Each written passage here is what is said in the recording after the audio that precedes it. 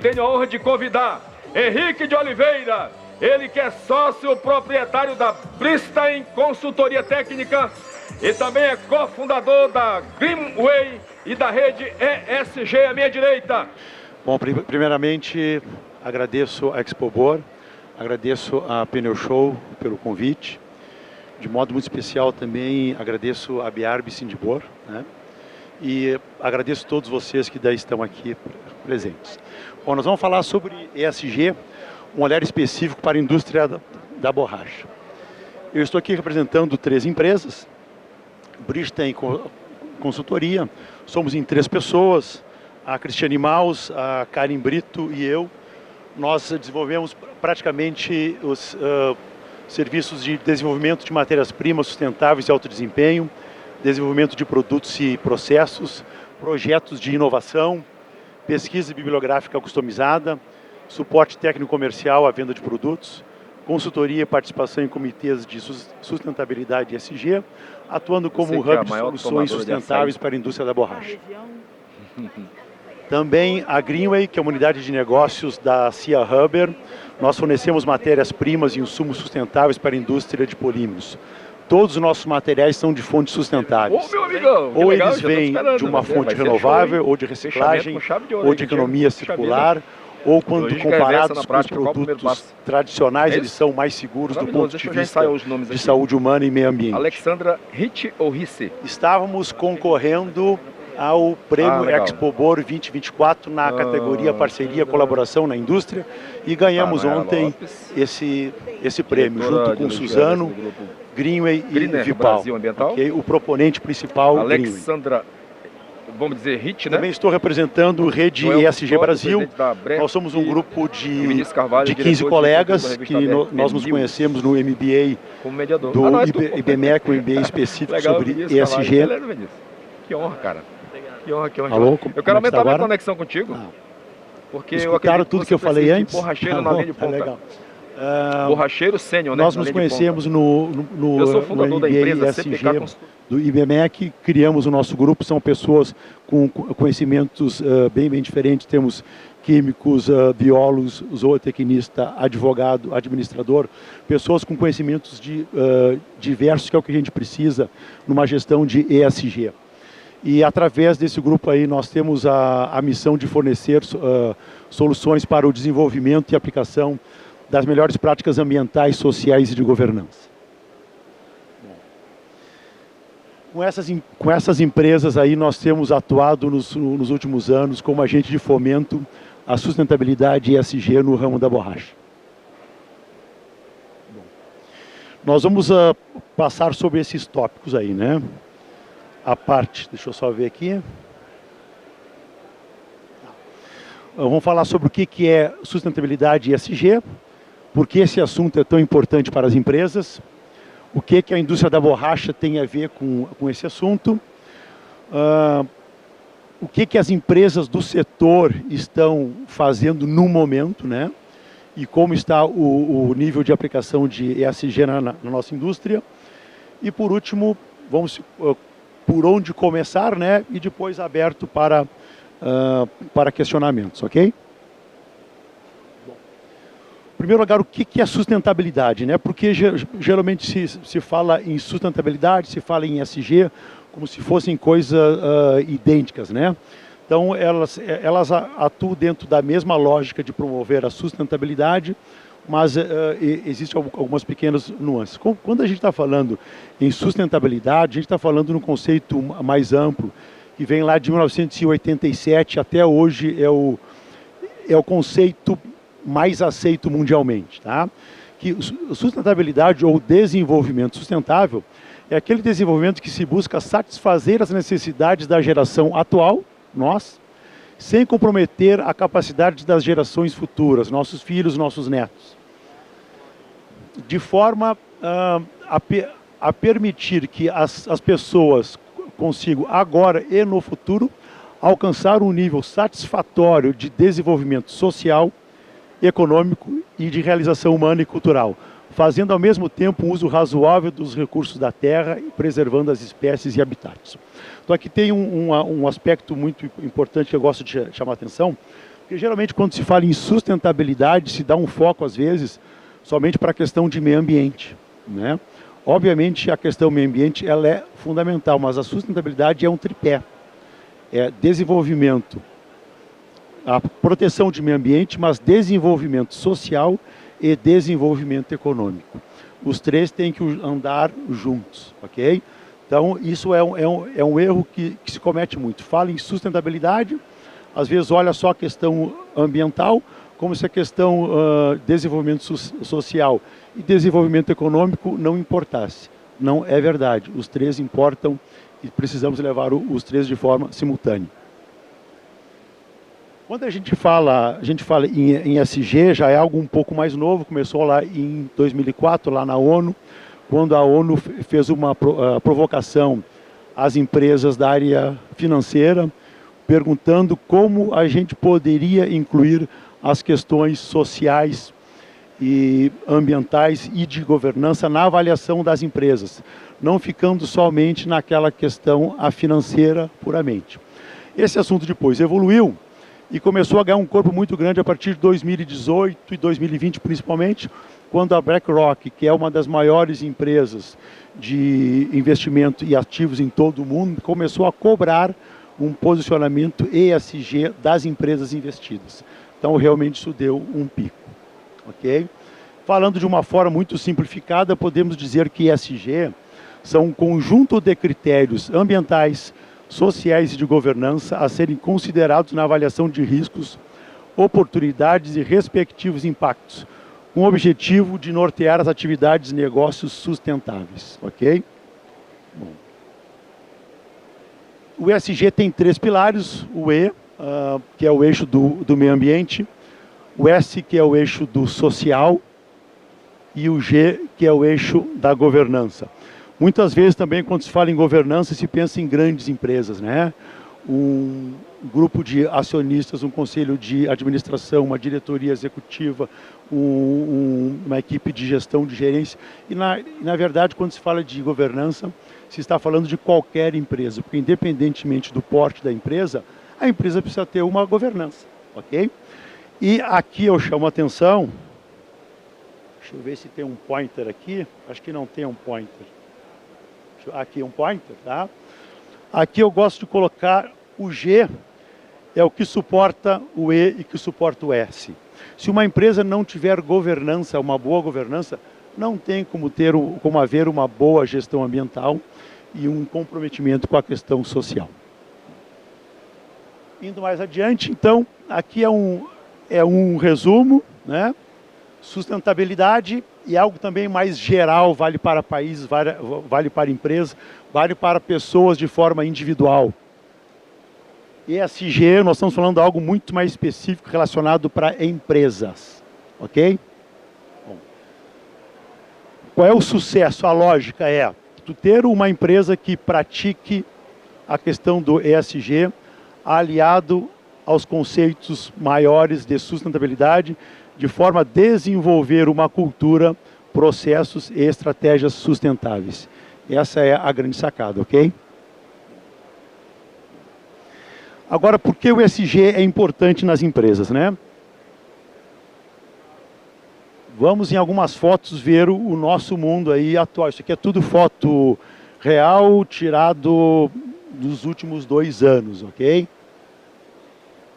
Então, fogo, enchente, fogo ali, a parte de deslizamento, enchente, seca, poluição, doenças se espalhando em todo o mundo, guerras, escândalos financeiros. Eu tinha aqui foto com o logo de algumas empresas, eu preferi tirar, mas cada um de vocês deve lembrar do que passa na televisão, do que lê nos jornais, e deve se lembrar de grandes empresas, inclusive brasileiras, que poderiam estar o logo e nome delas ali.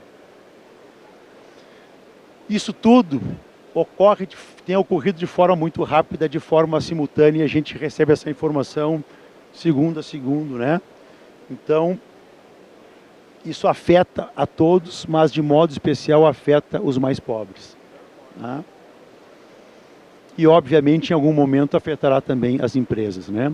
Se nós olharmos essa questão aqui de enchente, de deslizamento, já afetou fortemente no Rio Grande do Sul, todos, os mais pobres afetou muito mais ainda, e as empresas também estão sendo fortemente atingidas, e o próprio Estado, ok? Bom, então nós vivemos num mundo aí de desigualdade, incerteza, complexidade e riscos, muito riscos.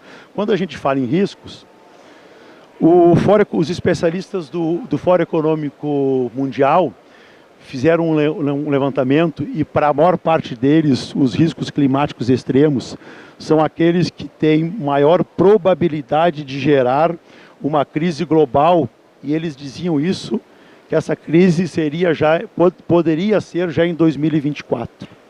Talvez não tenha chegado uma crise global, mas em alguns locais a crise dos extremos climáticos ela já chegou.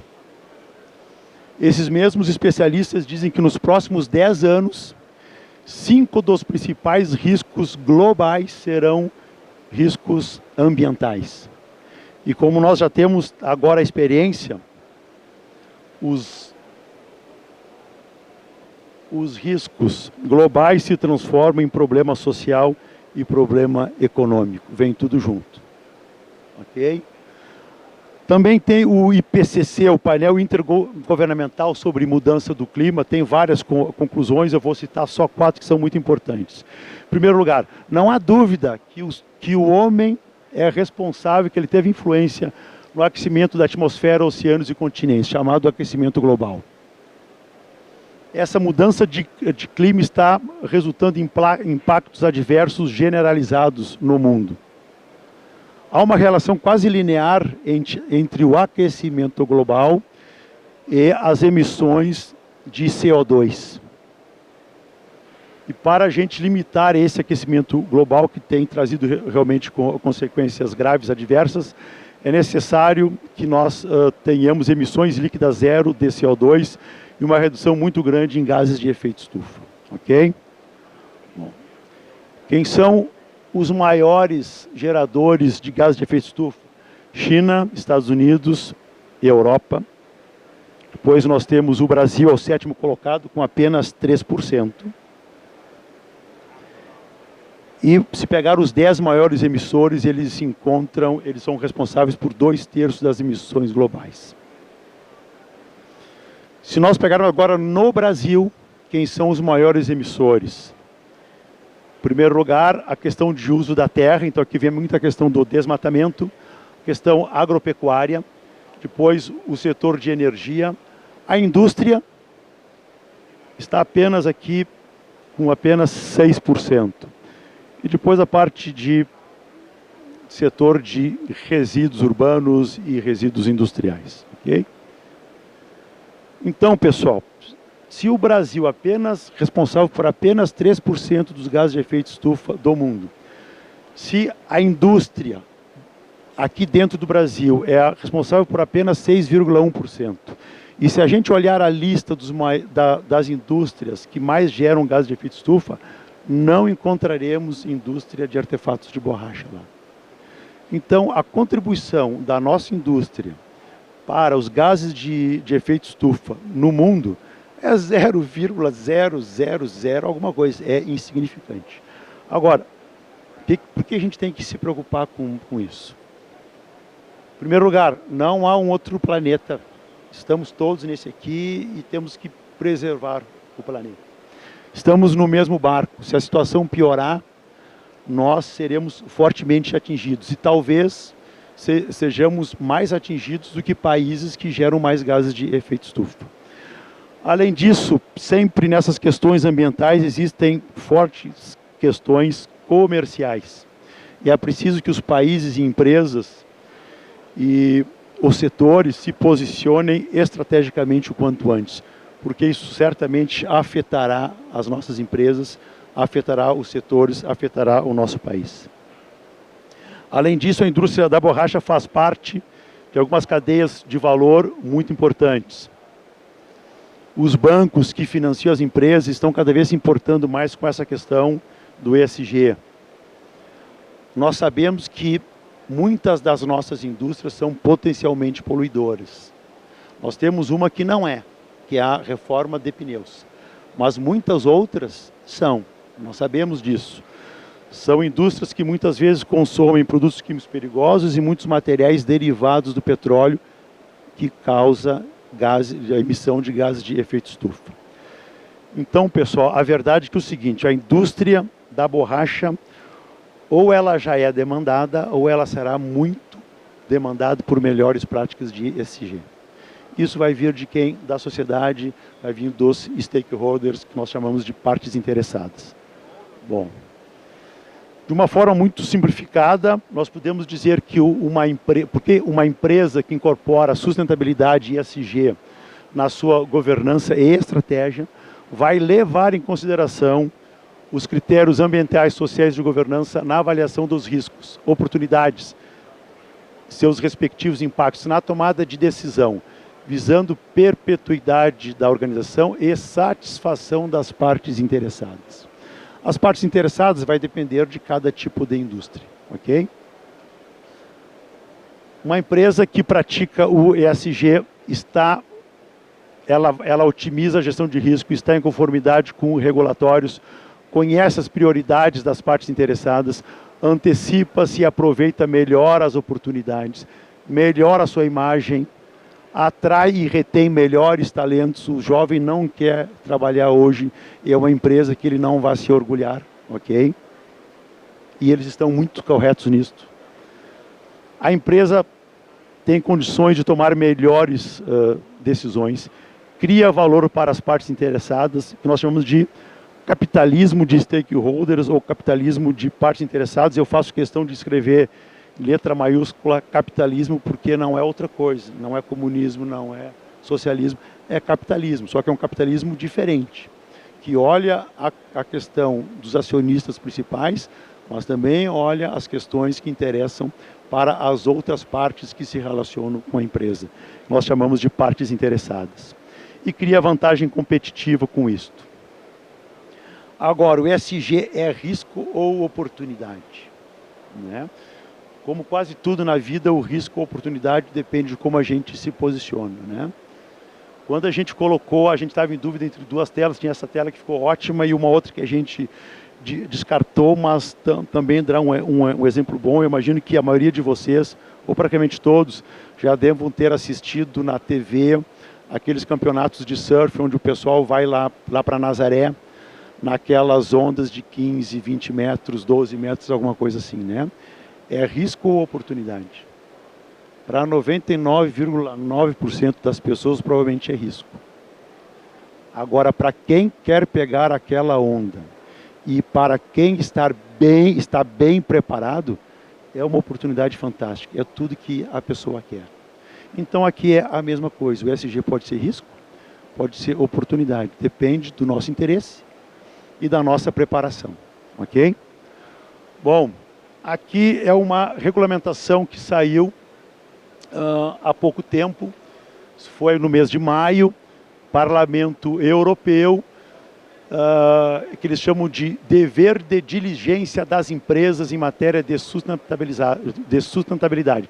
Foi aprovado, e isso diz o seguinte: as grandes empresas são responsáveis pelos efeitos negativos das suas atividades nos direitos humanos e na proteção do ambiente. E isto vale também para as suas filiais, bem como para os seus parceiros comerciais ao longo da cadeia de atividades das empresas. Vocês já estão imaginando onde é que isso vai chegar, ok?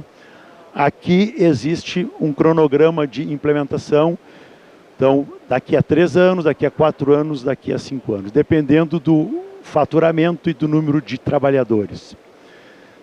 Não há a menor dúvida, se a gente fizer os cálculos, por exemplo, a gente olhar a parte de indústria automotiva, por exemplo, né? Mercedes-Benz, Volvo, Volkswagen, Stellantis, todos têm esse nível de faturamento e esse nível de funcionários. Praticamente todos têm filiais aqui no Brasil. Praticamente todos têm fornecedores brasileiros. Então, em algum momento, essa cobrança vem. Então, precisamos estar preparados. Ah, daqui 3 anos tem muito tempo. Não, não tem. Né? Porque esse é um assunto, é um tópico novo para quase todo mundo e toda empresa terá uma curva de aprendizado, ok?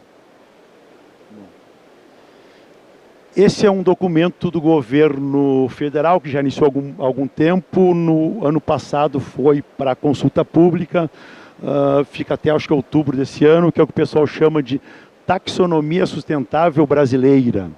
O que ela vai fazer? Ela vai disponibilizar critérios e indicadores específicos que vai permitir dizer se uma atividade é sustentável ou não.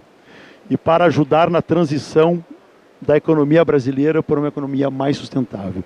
E, em função disso, vai orientar e vai mobilizar e direcionar fluxo de capitais para investimento. Quer dizer, os bancos vão usar isso também para se orientar o que é um investimento sustentável ou não. E isso vai mandar mais dinheiro ou menos dinheiro para empresas mais sustentáveis ou menos sustentáveis.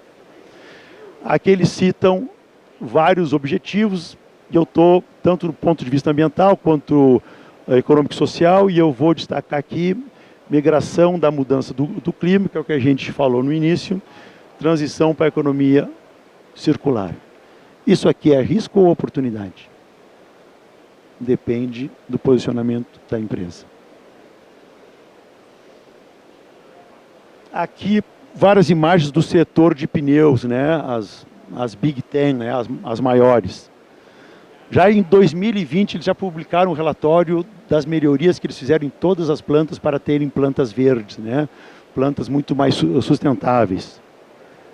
Praticamente todas, se a gente entrar no site, tem relatório de sustentabilidade disponível, só baixar e ler. Todos têm posicionamento em ESG e sustentabilidade. Goodyear, Pirelli, Michelin, Bridgestone, e tem vários. Eu poderia pegar aqui e ficar pelo menos uns 30. Aqui tem um grupo de 10 empresas, criaram em 2005 o que eles chamam de TIP, Tire Impact Project, em 2005, para falar sobre sustentabilidade. Nós estamos em 2024, eles já falavam em 2005. Já fizeram muita coisa, criaram um roadmap de sustentabilidade, ESG, relacionado com ODS, em conjunto para o segmento. Então, eu não me preocupo nem um pouco com essas empresas, não há a menor dúvida que eles estão muito bem preparados, ok? Até as que estão no Brasil também, e até com suporte também das empresas lá do exterior. Então, realmente são empresas que são referência nessa área. Agora, e as outras empresas do setor da borracha, como estão? Risco ou oportunidade? E para a reforma de pneus, que sempre esteve muito próxima ao pneu novo, né? Risco ou oportunidade? Ok? Eu acho que é uma tremenda oportunidade, pelo estilo do segmento que é sustentável desde quando nasceu, e essa terminologia de sustentabilidade ela nem existia, mas o pessoal já criou uma indústria dentro de um conceito sustentável. Então eu acho que é um setor que pode se beneficiar se houver um posicionamento adequado, uma união do segmento, né, nessa direção. Tá? Aqui é um dado interessante da ABR, tá, o pessoal da BRI, diz o seguinte: nos últimos 10 anos foram reformados 80 milhões de pneus de caminhão, 52 de automóveis, o que economizou 26 milhões de toneladas de CO2, 26 milhões de toneladas de CO2, aproximadamente 5 bilhões de litros de petróleo. É um absurdo. Então, não há a menor dúvida, a reforma de pneus é descarbonização, que é o que a gente precisa hoje, e é economia circular. Entra na questão da mitigação ambiental, ok? Ora, o quanto vale esse segmento? Eu acho que vale uma coisa absurda. Mas quem é que tem que valorizar? É o usuário, as pessoas comuns, o governo, né? Porque as pessoas que estão no setor já valorizam, né? É um setor que evoluiu muito, eu acho fantástico, mas tem muito por fazer e por conquistar ainda, ok? Aqui economia circular, né? Isso aqui é um exemplo lá da Europa, nós temos muito disso no Brasil. Nego de fumo de pirólise também já temos, falta ainda o Tyromere, que tem na Europa, tem nos Estados Unidos. Nós estamos trabalhando para trazer para o Brasil também. Aqui tem uma oportunidade, ó, PL 914/24, Programa Mobilidade Verde e Inovação, que é chamado o programa Mover. Se entrar lá, diz que é para a indústria automotiva, o governo vai incentivar a questão da reciclabilidade, a questão de baixo carbono, essa questão de transição para uma economia de baixo carbono. Então, novamente, eu vejo como uma oportunidade. Bom, agora de forma mais específica, o que as empresas estão fazendo, certo? É uma série de exemplos, não é uma listagem exaustiva, até existem muito mais. Por uma questão de tempo, eu estou passando alguns exemplos, ok? Qual é a lógica? A lógica é o seguinte, na indústria da borracha, a gente sabe que a gente vai gerar sempre impactos positivos, geração de emprego, arrecadação de impostos, desenvolvimento econômico, tecnológico, capacitação das pessoas, redução de custos para a sociedade e facilitação ao acesso de bens de consumo. Mas, obviamente, nós teremos também potenciais impactos negativos, a maior parte deles relacionados com o meio ambiente, ok? Então, a lógica qual é? Maximizar os impactos positivos, mitigar os negativos, ok? Então, no E, tem uma série de pilares que são as referências de onde a gente deve agir. Vou dar exemplos na parte de gestão ambiental. Quando a gente fala em gestão ambiental, em ESG, não é fazer somente o que a lei pede, é fazer mais. ESG é adicionalidade, é fazer mais. As empresas têm investido muito, sala de mistura, pesagem, vulcanização, principalmente para a questão de qualidade do ar. As empresas têm realizado, as que estão mais avançadas, levantamento e mitigação da emissão de gases de efeito estufa. Principalmente escopo 1 e escopo 2, já tem gente fazendo escopo 3. Eficiência e eficácia operacional. Eu vejo isso como uma das telinhas ali mais importantes, tá? Se uma empresa quer ser sustentável, a primeira coisa é seja eficaz e seja eficiente. Porque quem não é eficaz está fazendo o errado, aquilo, e quem não é eficiente está desperdiçando recursos. Então, esse é o primeiro ponto. É uma pauta da década de 90. Tá? Muitas empresas melhoraram a questão de eficácia e eficiência na década de 90 e continuam evoluindo. Tem gente que fez muito pouco, então é mais uma oportunidade para fazer. Tá? A questão de eficiência energética, né? Controle, gestão, redução de perdas, substituição de motores para sistemas mais eficientes, migração para mercado de energia elétrica, substituição de uso de energia renovável, de energia tradicional por renovável. Nós temos clientes que hoje só utilizam, na indústria da borracha, só utilizam energia renovável certificada. É possível. Tá? Na parte de cadeia de suprimentos, tem crescido muito. Inclusão de critérios ESG na avaliação e seleção de fornecedores. Tá? Tem empresas que, se tu não tiver, por exemplo, uma avaliação EcoVadis, que é uma avaliação externa, tu não pode vender para eles. Isso vai aumentar cada vez mais. Tá? Busca por transparência e rastreabilidade, restrição e proibição a usos de produtos altamente perigosos. Tá? Vamos adiante. Ecodesign, um dos aspectos mais importantes. Projetar e fabricar, tá, produtos que promovam a economia circular. Novamente, chamo aqui o PL 914, onde tem essa oportunidade. Sabemos que o setor do plástico tem uma oportunidade muito maior do que o nosso da borracha, ok? mas no plástico, na borracha, também há oportunidades. Aqui é o programa, vamos passar. Aqui são exemplos reais agora, tá? Essa empresa aqui desenvolveu essa peça 49% mais leve, 35% menos de CO2, 100% reciclável. Um outro material 20% mais leve, 10% de emissão de CO2 a menos, 25% de material reciclado ou biobased. Aqui, material 30% mais leve, 45% menor impacto de liberação de CO2 equivalente. Aqui é uma outra empresa que todos conhecem, reciclagem, utilizando material de reciclagem pré-consumo, utilizando material de reciclagem pós-consumo, fazendo upcycle. É uma excelente prática. Aqui, uma outra empresa, nós fornecemos matérias-primas sustentáveis que ajudam no projeto de produtos de ecodesign. Então, são vários produtos, eu não vou falar todos, obviamente, mas vou citar alguns exemplos e o que as indústrias estão fazendo. Aqui é um exemplo de duas empresas de pneus que divulgam nos seus relatórios de sustentabilidade materiais de fonte sustentável que eles estão utilizando, tanto na parte de desenvolvimento, quanto já produtos comerciais.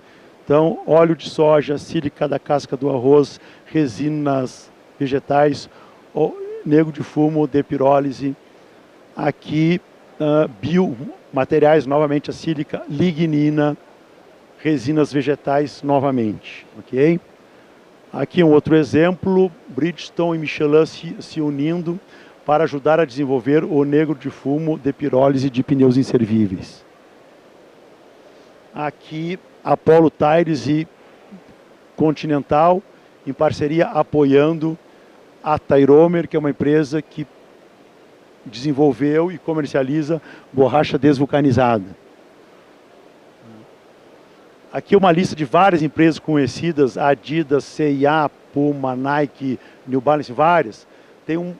Divulgaram um catálogo, acho que quase uns 200 ingredientes com uso restrito ou proibido. Entre eles, ácido de carbonamida, que vai praticamente em todos os tênis esportivos. O Brasil consome em torno de 6 mil toneladas ano. A Solvay hoje tem um produto que não causa os malefícios da ácido de carbonamida. Isso vai mudar completamente o mercado, tanto na parte calçadista quanto para couro sintético, né? Principalmente automotivo. Aqui, Cabot desenvolvendo um negro de fumo sustentável. Aqui nós temos uma empresa brasileira, Regenera, que desenvolveu um plastificante, o Bioflex Rubber, para aplicações em artefatos de borracha. Nós apresentamos no Congresso da Borracha agora 2 trabalhos e 3 formulações com polímeros diferentes, utilizando esse material com resultados fantásticos. Aqui, Vipal utilizando um antioxidante à base de lignina. Novamente, nós concorremos ao prêmio junto e ganhamos. É Suzano, Bridgestone, Greenway e Vipal. Então, é uma série de exemplos, né? Tem muitas empresas que estão fazendo. Então, é possível já iniciar e aumentar a sustentabilidade na indústria de artefatos de borracha. Aqui na parte do S também tem várias ações. Um dos principais aqui, ó, maior diversidade, equidade e inclusão. Ótima prática, prêmio Renova Pneu 2024 Mulheres na Reforma. Saúde e segurança do trabalho, investimento em DHO, investimento em cultura organizacional. Ótima prática, B3, Bolsa de Valores, divulgando material de diversidade, equidade e inclusão. Isso é de uma empresa que colocou como meta interna a diversidade e inclusão. Está lá no relatório deles, está lá na internet, a gente busca todas as informações. Tá? Aqui uma outra empresa que anualmente envia para as transportadoras qual foi a geração de CO2 equivalente do transporte que essa empresa fez para fornecer as matérias-primas e distribuir os seus materiais. E cada uma das transportadoras faz a compensação desse CO2 gerado. Os caras já plantaram nos últimos anos 93 mil árvores. Praticamente a metade quem plantou foram as transportadoras. Uma excelente prática. Ok? Aqui uma outra que cita todos os stakeholders e como se relaciona com cada um deles. Vamos para o G. Então dá para ver que no S já tem empresas fazendo bastante coisa, mas na proporção ainda é muito pouco. Ok? Tem muita oportunidade. Certo? Pensem nas empresas de vocês, o que está sendo feito ou o que poderia ser feito, né? Na parte do G, o G, governança, segue a lógica da governança: equidade, transparência, integridade, responsabilização e sustentabilidade. Ok? O que a governança para a sustentabilidade não é diferente da governança de modo geral, a geral. E até o correto nem é criar uma governança para a sustentabilidade. Negativo. O negócio é inserir o tema da sustentabilidade ESG na governança existente. A empresa não pode ter dois sistemas. Eu tenho a minha governança tradicional e eu tenho uma governança para ESG. Isso não existe. É como lá antigamente, né, quando surgiu a ISO, né, tinha empresas que diziam: eu tenho o meu procedimento operacional, eu trabalho desse jeito, mas quando vem a auditoria da ISO, eu tenho essa documentação, eu tenho isso aqui. Isso não funciona. Até tu consegue passar na auditoria uma vez, duas, três, mas a empresa não cresce. Então, é tudo uma coisa só. Então, o negócio é pegar a sustentabilidade, os conceitos de sustentabilidade, de ESG e inserir e melhorar a governança existente. Ok? O que as empresas têm feito em função disso? Revisão de visão, missão, propósito, criação de comitês de ESG. A gente tem participado de comitês ESG de indústria de artefatos de borracha. Okay? Criação de grupos de trabalho, porque o ESG é transversal. Não é algo da área ambiental, e nem da área social, e nem só do cara da governança. Passa por toda a empresa. Então tem que ser um grupo multidisciplinar. Então, vamos adiante. Dependendo de onde a empresa está, existem os seus regulatórios específicos. Ok? Gestão de risco também é fundamental, é a questão de incluir na gestão de risco que a empresa já faz os riscos ambientais, sociais e de governança. Mas, principalmente, os ambientais e sociais, que numa governança mais tradicional, geralmente não são tão bem avaliados. Ok? Bom, reforço de auditorias, e principalmente algumas relacionadas à questão de ESG. Gestão de dados e segurança, LGPD, que já era importante, fica mais importante ainda. Ok? E emissão de relatórios ESG de sustentabilidade. Aqui tem o que a gente chama de sopa de letrinhas, são diversos tipos de relatórios, diversos tipos de standard ou de framework, cada um para uma situação, o que tem sido mais utilizado no Brasil. Se pegar as empresas que fazem parte do Centro Brasileiro de Empresas para a Sustentabilidade, praticamente 97% delas usa como standard o GRI. Ok? Bom. Então agora, pessoal, por onde começar? Tem muita coisa para fazer. O importante é começar. Mas existem formas que pode se fazer com que se comece de maneira mais organizada. Ou mesmo quem já começou pode reorganizar. Ok? Então o que a gente põe? A primeira coisa é conhecer para entender. Quem tem que fazer isso? Alta administração. Depois a questão de assumir compromisso. Quem tem que fazer isso? Alta administração. Depois, diagnosticar para saber qual é a posição que a empresa está hoje, certo? Depois, planejar a implementação, onde eu quero estar no futuro. Quando vai planejar, tem alguns aspectos importantes que a empresa precisa saber responder. Tem uma fase muito importante que se chama temas materiais ou materialidade. Quando entra nesse assunto de ESG, alguém vai te perguntar quais são os temas materiais da tua empresa. O cara fica assim, temas materiais, né? Não, Quando fala temas materiais quais são os assuntos ambientais, sociais e de governança que impactam os negócios da tua empresa. Quais são os mais importantes? Por quê? Do ponto de vista da empresa, do ponto de vista das partes interessadas. Porque isso é que vai fazer com que a empresa estabeleça alguns objetivos, estabeleça algumas metas para resolver os temas materiais, resolver aquilo que interessa não só para a empresa, mas para as partes interessadas. Ok? Bom.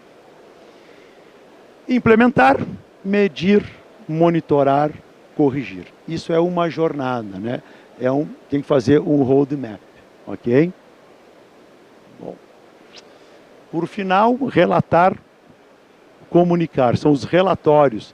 Inicialmente se faz interno, depois começa a se fazer externo. Quando tu faz externo, é um compromisso público. Essas empresas todas que eu mostrei aqui, têm relatórios de sustentabilidade, a gente entra lá e lê o que eles estão se comprometendo a fazer. Ok? Bom, exemplo de boa prática, esse aqui veio da Alpargata, levantou os temas materiais, correlacionou inclusive com os ODS, excelente prática. Tem várias metas, estou pegando só algum, para a economia circular, por exemplo, atingir 60% do uso de matéria-prima renovável ou reciclável no portfólio de produtos. Quando? Até 2030, ele quer 60%. Quanto que ele tinha em 22? 35%. Quais são os próximos passos? E assim eles vão fazendo, para cada assunto, define qual é o objetivo, define qual é a meta, acompanha, se não está conseguindo, discute, planeja novas ações para atingir a meta. Ok? Diagnóstico de impacto ESG. Esse aqui é um modelo que a gente está usando lá na rede ESG, tá? Que é um autodiagnóstico. Pode depois fazer um diagnóstico com alguém externo, mas esse é um inicial. A empresa recebe, preenche e depois vem um relatório falando sobre cada questão do E, do pilar E, do pilar S e do pilar G. Ok? Bom, aqui eu vou passar um videozinho muito rápido. Quem escanear esse QR Code vai ter o meu e-mail. Mandar um e-mail dizendo que tem interesse de fazer esse autodiagnóstico de forma gratuita, tá? A gente vai enviar. Então, manda e-mail, passa todas as informações, os 5 primeiros que eu receber, vai de forma gratuita, tá? E de forma muito rápida, tá? Explica, né, cada item, fala sobre a questão de nível de maturidade, aborda sobre as 3 questões, tá? Sobre o pilar ambiental, são vários itens. Eu demorei eu demorei 1 hora para responder, e numa reunião que nós fizemos ali na rede ESG, o pessoal perguntou: Henrique, o que tu acha de 1 hora? Não é muito? Eu disse, olha, para uma empresa séria que realmente quer saber como está a sua questão ESG, 1 hora não é nada. Ok? Então, leva aproximadamente 1 hora. Talvez leve menos, mas eu levei 1 hora, porque eu também vinha avaliando também, digamos, as perguntas, ok? Bom, pessoal, é isso. Fico à disposição para perguntas e agradeço. E essa frase aqui eu acho inspiradora, Aristóteles: é fazendo que se aprende a fazer aquilo que se deve aprender a fazer. Quer dizer, vamos botar a mão na massa, vamos começar a fazer. A gente vai aprendendo, quanto mais faz, mais aprende. E quando mais aprende, mais faz novamente, ok? Muito obrigado, pessoal.